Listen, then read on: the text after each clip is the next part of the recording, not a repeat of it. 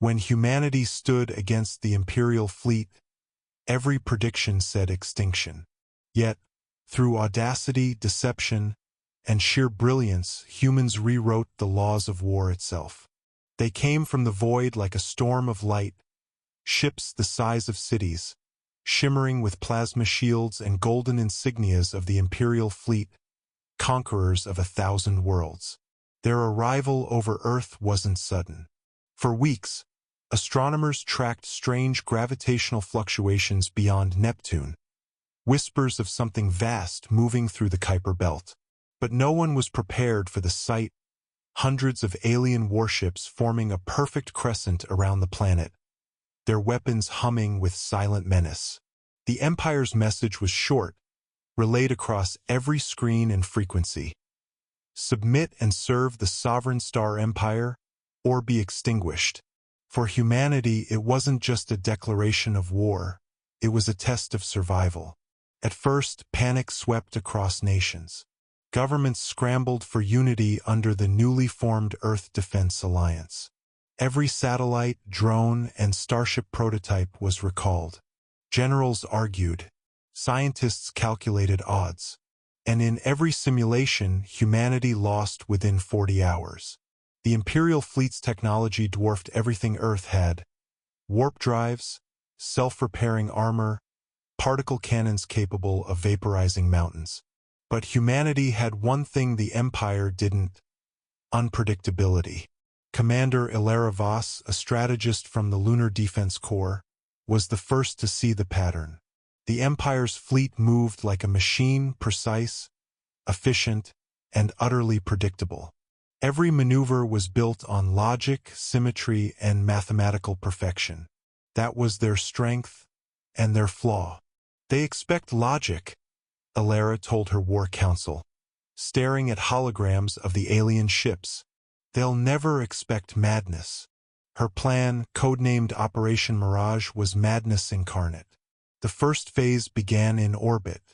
Instead of meeting the Imperial Armada head-on, the Earth Defense Fleet feigned surrender. Drone transmissions offered coordinates of Earth's major command centers, power grids, and supposed weak points. The aliens accepted instantly. They sent in precision strike teams to disable humanity's defenses. But those coordinates led them into traps. Each site was rigged with magnetic inversion bombs, primitive by Imperial standards but devastatingly effective.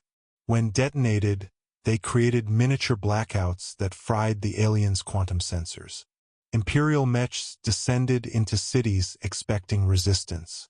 What they found instead were empty streets and radiation-coated decoys broadcasting false readings. From the shadows of ruined skyscrapers, human drones swarmed. Each drone carried hacking spores, nanite payloads engineered by Earth's AI division to infect alien systems. For the first time in the Empire's 1,000-year history, their ships started fighting themselves. But the Imperial commander, Lord Kalis Varn, wasn't a fool. He quickly adapted, purging compromised systems and unleashing orbital plasma storms that tore through human fleets like paper. The Empire's flagship, Celestial Wrath, descended into low orbit, its cannons turning night into a burning dawn. Earth cities fell one by one. That's when humanity played its second card. Hidden beneath Antarctica lay Project Leviathan, a forbidden experiment combining alien reverse-engineered tech and dark matter energy.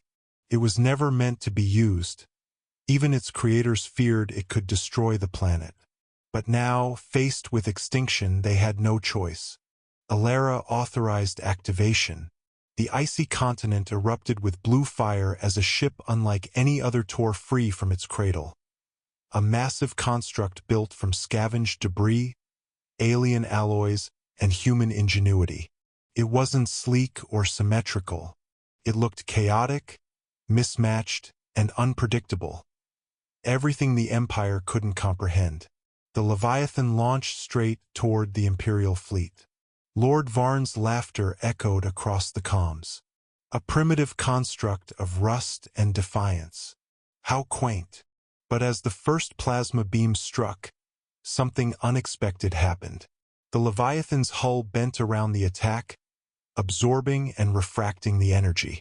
Within seconds, it returned the beam tenfold, splitting an Imperial cruiser in half. Earth's soldiers cheered. The tide began to turn. Elara knew the Leviathan couldn't match the Empire's fleet in firepower, so she relied on deception. Using hacked Imperial beacons, she projected dozens of false Leviathans across the system. To the enemy, it looked like humanity had built an entire armada overnight. The Imperial fleet scattered in confusion, firing wildly into empty space. Meanwhile, stealth shuttles carried strike teams aboard enemy vessels. Human commandos, armed with EMP spears and plasma disruptors, infiltrated the massive warships from within, planting bombs in power cores and hacking control nodes. Every detonation echoed across the void, a symphony of defiance. Then came the decisive moment. The Imperial flagship, Celestial Wrath, moved closer to Earth, preparing to unleash its planet cracker cannon. Elara ordered the Leviathan to intercept. What followed became legend. The two titans clashed above the Pacific Ocean. Plasma storms lit the night as the Leviathan unleashed gravitational ripples that bent the sea below into towering spirals. The Celestial Wrath countered with ion lances, slicing through the Leviathan's armor like molten glass. Elara stood on the command deck, blood trickling down her face as systems screamed with overload warnings. "Aim for their singularity core," she shouted. Her crew hesitated. It was suicide. "I said aim." The Leviathan's main cannon fired. The energy beam struck the Imperial core dead-on. The resulting explosion ripped the sky apart, vaporizing both ships in a blinding flash visible from every continent. For a moment, silence reigned. Then, one by one, Imperial ships began losing power. The destruction of the flagship had severed their command network. Without central coordination, the fleet drifted, vulnerable and confused. Humanity struck with everything it had left. Swarms of drones, missiles, and orbital cannons unleashed a final barrage. One by one, the alien ships fell from the sky, burning through the atmosphere like dying stars. By dawn, the Imperial fleet was gone. But the victory came at a cost. Half of Earth's cities were in ruins, millions dead, and the Leviathan, humanity's greatest creation, was lost to the sea. Weeks later, survivors gathered in orbit to rebuild. Among them was Captain Rian Holt, who found a strange transmission buried in the wreckage logs. It wasn't from the Empire, it was from Elara. Her voice was faint, distorted. "If you hear this, then we won. But listen carefully, they'll come again. Not the same fleet, not the same empire. Others are watching, and they'll fear us now, not because of our power, but because we dared to think the unthinkable." The recording ended. Years passed. Humanity rebuilt, but whispers of the Empire's return haunted every colony and outpost. New technologies emerged: quantum cloaks, adaptive AIs, gravity warps, all inspired by what had been learned from that war. Historians would later call it the War of Shadows, the conflict that changed how the galaxy saw humanity. The Empire, once invincible, had been outsmarted not by brute strength, but by creativity, deceit, and unity. In distant corners of the cosmos, surviving Imperial admirals studied human tactics with awe and fear. They couldn't understand how creatures bound to one planet had orchestrated such chaos. To them, humans were an anomaly, a species capable of turning weakness into strategy, chaos into victory. And in the ashes of that war, humanity learned something profound. The greatest weapon wasn't technology or firepower. It was imagination. Because machines could predict patterns, but they could never predict the human heart. In the centuries that followed, Earth's explorers ventured into deep space under a new banner, the Free Coalition of Worlds. The scars of war had united them, transforming fear into ambition. Humanity became known across the stars not as conquerors, but as survivors, innovators, and tricksters of the void. And somewhere beyond the galactic rim, in the ruins of the old empire, a shadow stirred.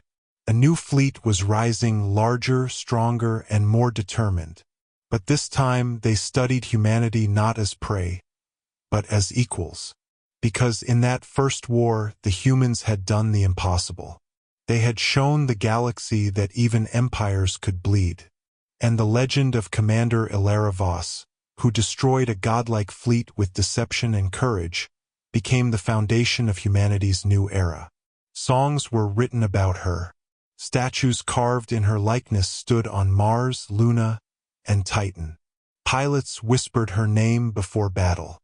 For Elara, they'd say, and for the madness that saved us all. Deep beneath the Pacific, far below where any light could reach, the wreckage of the Leviathan still rested. But sometimes, just sometimes, sensors picked up a faint hum, a pulse of energy, like a heartbeat in the dark. Perhaps it was just a machine echo, or perhaps it was waiting, because legends, like the humans who create them, never truly die.